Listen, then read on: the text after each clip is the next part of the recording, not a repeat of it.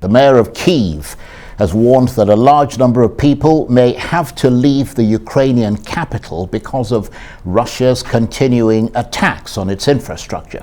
Vitaly Klitschko emphasized that this was only a possible scenario. The authorities in Kyiv say 40% of the wider region is without electricity.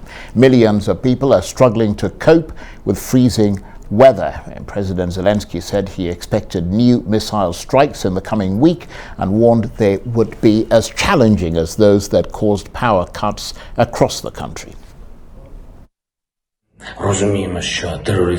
We understand that the terrorists are planning new strikes. We know this for a fact. And as long as they have missiles, they, unfortunately, will not calm down. But our ability to help each other and take care of those who have the most difficult situation, the elderly, families with children, those who lost their homes and relatives due to war. Our mutual assistance is one of the protection elements against terror and is our strength. The week that begins can be as difficult as the one that passes. Our defense forces are getting ready. The entire country is getting ready. The whole state is preparing. We have worked out all the scenarios, including with our partners. And our unity must be ready, means, shall remain strong. Therefore, please do not leave without help all those whom you can help. And please, during the week, heed the air alerts.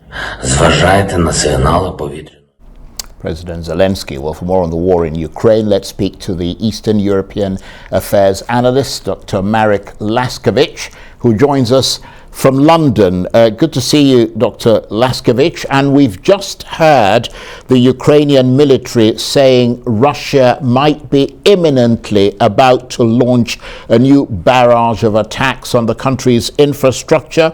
A spokesman saying that a Russian warship had been seen entering the Black Sea. It's a warship that's capable of firing cruise missiles. So the situation potentially about to get worse for the Ukrainians. Yes, I think that is quite correct what you're stating, and that therefore I would anticipate more attacks being made on Ukraine, and also the fact that the mayor of Kiev is saying people may leave. This is also being considered in Poland, where already talk is of perhaps a further million or more Ukrainians may well come to Poland as a result of all these strikes. And is it your sense that we're entering a phase where diplomacy is becoming an option again, possibly because of these strikes on Ukraine's infrastructure? Is there any greater hope of brokering talks? Because let's face it, the war hasn't gone well for the Russians, but it hasn't gone well for the Ukrainians either in terms of suffering. Quite so. I would indeed hope that there could be some peace talks. I have to say I'm not sanguine, because any attempts at mediation, and including recently by the Pope, both sides have said that this is not possible. And therefore, I don't honestly believe that peace talks will go ahead immediately. But, as you say, both sides have got much to gain from a peace settlement. And of course, from my point of view, it will be excellent, because there will be no possibility then of the war escalating. And what about the appetite in Washington to continually send weapons and aid to Ukraine and to continue to fund the Ukrainians? I mean, the Republicans have been speaking openly about wanting to bring an end to that. Do you think that might happen? Oh, yes, very much so.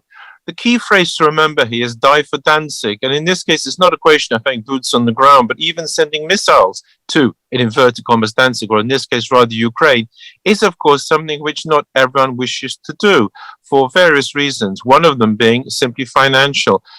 On the whole, the West is not that interested in the war in Ukraine. And certainly, I believe that it is possible that the aid may be curtailed. Nonetheless, of course, Ukraine does need further military support. Without Western military support, Ukraine simply could not withstand the Russian attacks. And there may be, in fact, more, apart from such an assault, as you've indicated at the beginning of the program.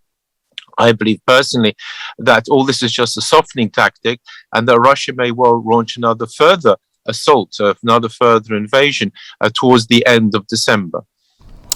And Dr. Laskiewicz, what about the sentiment that Ukraine is becoming something of a proxy war between the US and Russia? I mean, obviously, Ukraine has a lot of agency in this war, but as the Russians keep saying, Ukraine wouldn't last a week if it didn't have continuing flows of really quite massive financial and military assistance from the West, and mostly from the US. Oh, this is quite true. It is a proxy war in that respect. In a sense, the Russians and the West are at war already, in the sense that the West is supplying arms which are being used against Russians. So yes, this is quite true. What is the next conclusion to be drawn from this remains to be seen, whether President Putin will say that owing to the fact that the West is supplying weapons, he will therefore escalate the war. Let us hope he does not do that. But the analysis is certainly correct. This is a proxy war, no question of that. While, of course, neighbouring Moldova bracing for an energy crisis of its own, Russia likely to cut supplies again from what we heard today, and that's a move that would plunge Moldova further into crisis, wouldn't it? Yes, indeed. Moldova, it has to be said that I don't think it's a plan by Russia to plunge Moldova into the crisis, but as it happens, Moldova does get its energy via Ukraine, and therefore, as a result, it is an unfortunate victim of the assault by Russia to try and destroy Ukraine's energy structure. Yes, and just returning to that issue of proxy wars, we've got about a minute and a half or so. The US, we know, has sent in excess of $50 billion to Ukraine since the war began. I mean, that's essentially the defense budget of Germany, and the Russians certainly believe they're fighting the US in Ukraine in a proxy war. And I wonder what your sense is of the kind of inherent dangers that contains.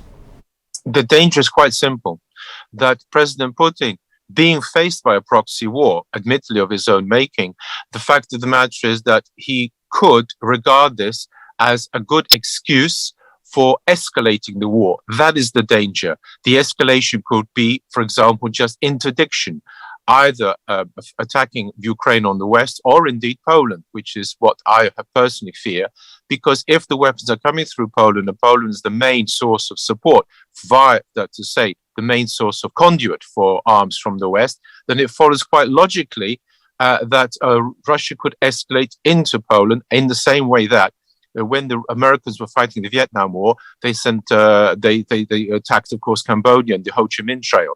And therefore, a nation which is apparently at peace, as Poland is nominally, could be regarded by the Russians in this respect as being already taking actions against them. And the same, of course, applies to Great Britain and America. Hence, the proxy war could escalate, and that is why it is imperative, if we possibly can, to find a peace settlement as quickly as possible. Dr. Laskiewicz, as always, we are so much better informed for your assessments. Dr. Marek Laskiewicz is the Eastern European Affairs Analyst, and he was talking to me there from London.